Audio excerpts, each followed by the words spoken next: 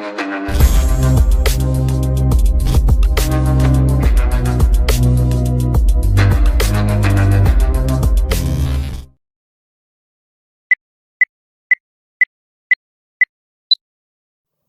po, magandang umaga sa inyo mga kaibigan. Nandito ako ngayon sa Brentwood Park Lane subdivision sa may Dasmariñas, Cavite. So may na-offer dito or binebenta na 2-story. Ang lot area po niya is 103 square meter, tapos yung floor area niya up and down is 180 square meter. So meron po siyang 4 bedroom with built-in cabinet and split type aircon. So bawat kwarto guys meron na siyang built-in cabinet and split type aircon.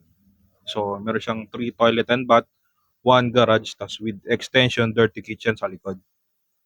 So ito po ino-offer to guys na ang price po niya is around 7.5 million. Yan. So kung interested kayo, still negotiable pa naman siya. So ipa-flash ko nga aking number, tawagan niyo ako guys para sa tour, makausap niyo po yung may-ari, yung owner, about sa price, offer, or kung ano man po ang inyong mapag-uusapan dito. So, ang kagandahan dito guys is may bakod na siya, no? May fence, may wall fence, tapos meron na siyang gate. So, talagang lilipatan na lang siya, tapos kwarto, meron ng split type aircon, meron ng built-in cabinet. So, damit na lang ang dadalhin nyo. Tapos, konting-konting finish na lang to. Guys, pwede nyo i-repaint siguro. Kasi nung na-tour ko naman to guys, nung nabisita ko, wala naman siyang ganon na mga damage or papalitan pa. Kasi okay pa naman lahat. So, tara ho, pasok po tayo sa mismong loob. So, dito guys, no, meron pa siyang space, no, na nilagyan pa nila ng mga tanim or pwede dyan mag-garden. Tapos, dito naman sa right side, ito yung pinaka carport, no, car garage, yan dyan.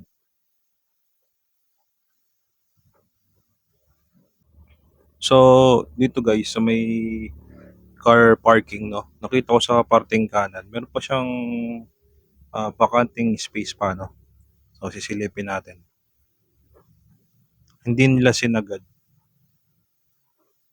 yung pinaka ano, yan, no, may bakanting space pa. Although parang aso lang nakakapasok yata dyan. Yan. So ngayon guys, no, papasok na ngayon tayo sa loob ng bahay para magka-idea po kayo. Ayos, no, mayroon pang pasukan ng aso. And doon sa mismo mong screen. Okay, papasok na tayo. Yan.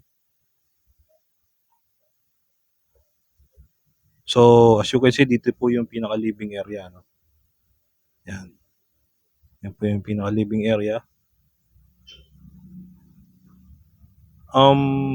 Meron po diyang kukunin lang yung owner, no. Pero meron din po siyang iiwan diyan na mga gamit. Kagaya yun, yung split type aircon, so iwan na ho yan.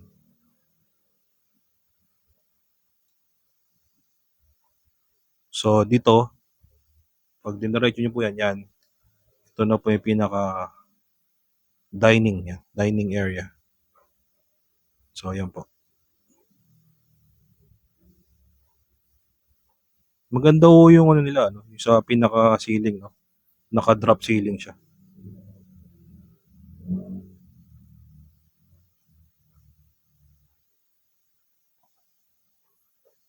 So, pupunta na tayo sa may kitchen area dito. So as you can see, meron siyang built-in cabinet sa taas, no? Yung sa kitchen. Ayan. So muli, no, meron siyang kukunin dito ng mga gamit. So hindi ho lahat kasama sa bentahan. Meron ding ilan na iiwan na. Ayan. Sa bagay, konti na lang ang bibiliin yung kasangkapan dito kung sakali. So lalabas na ko tayo. Ito yung pinaka-extend nila. Ito po yung pinaka-dirty kitchen. Yan. So dito may space pa, no, para sa mga tanim.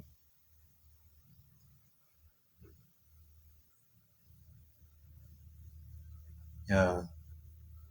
Ito ano 'to, slash ano, dirty kitchen laundry area. Yan. Tapos meron na rin siyang tangke, no? Water tank. Maganda, no? Malakas ang tubig. Yan. So wala na talaga kayong ano rito, no? No talagang papaayos, no? Talagang lilipatan niyo na lang. Siguro pinaka the best lang dun yung konting repaint lang eh. Yung labas sa yung loob. So dito sa katabi ng stairs, no, meron siyang toilet. So check natin.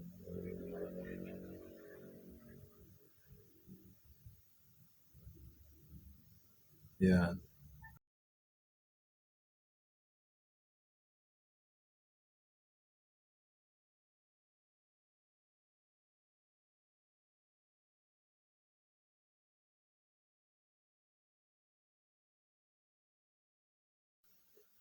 Meron siyang toilet and bath, no?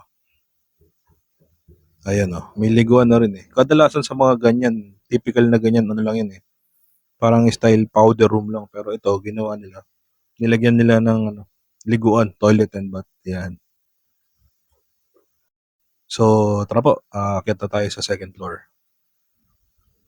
Yan. So, lahat po ng kwarto nasa taas, sa second floor. Including na yung master's bedroom. Yan. So, dito merong siyang ano, sliding window para tagusan yung hangin, malamig. Tapos yung pinaka, flooring, tinanong ko yan kay ma'am. Tiles siya, no? Tiles yung flooring niya sa second floor. So dito sa left side, ito po yung pinaka master's bedroom. Yan. So tinanong ko, sabi daw ay iwan na rin daw po yung kamang yan. Yan. So kasama na yan sa bentahan. Iwan daw nila. Tapos ito yung pinaka maliit na balcony. Tapos meron dito na flat TV tsaka split type aircon. Siyempre pag master's bedroom, meron siyang toilet and bath na sarili. So wait lang natin si no. Tapos pag diniretso nyo yun, nakikita nyo yun. Meron siyang ano, built-in cabinet sa bandang dun. Yan. Kaya na pa tayo sinusundan ni Chucho eh. Yung aso. So ayan po guys to. Dito sa left side. Yan. Meron siyang toilet and bath. Yan. Tapos dito yung pinaka-shower. Yung may heater pa oh. Ayos. Ganda na shower.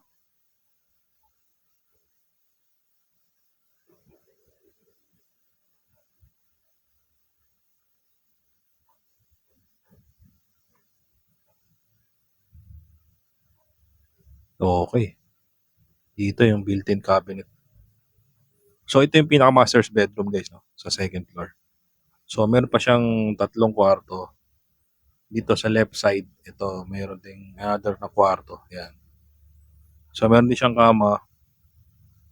And meron din siyang split type aircon. Meron din siyang built-in cabinet. Yan. Tapos yung katabi, meron siyang ito. Ito mismo. Nasabi sa akin kasi ni ma'am, ito daw, ang kukunin lang daw dito yung pinaka-kama. Yan.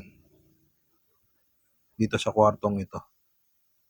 Pero yung built-in cabinet dito, tsaka yung split type aircon iwan na. Yan, check natin ngayon. Yan.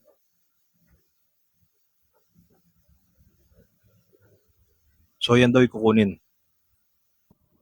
Tapos yung split type aircon, tsaka yung built-in cabinet, syempre including na dyan. Yan. So, check na natin yung pinaka-last, no?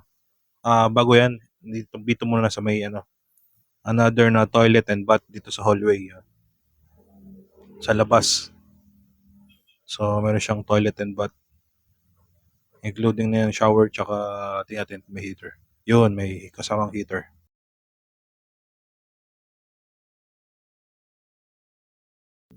So, dito na yung pinaka-last na kwarto, no? Pang-apat na bedroom dito sa second floor. Yan, syempre meron din siyang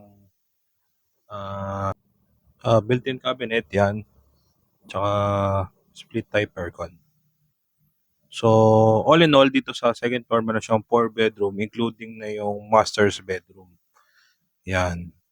So, yun po. Maraming salamat po sa mga walang sawang tumatangkilik and sumusubaybay ng aking YouTube channel. So, kung hindi pa kayo belong, don't forget lang po to like and subscribe para ma-update po kayo sa mga upcoming ko pang videos.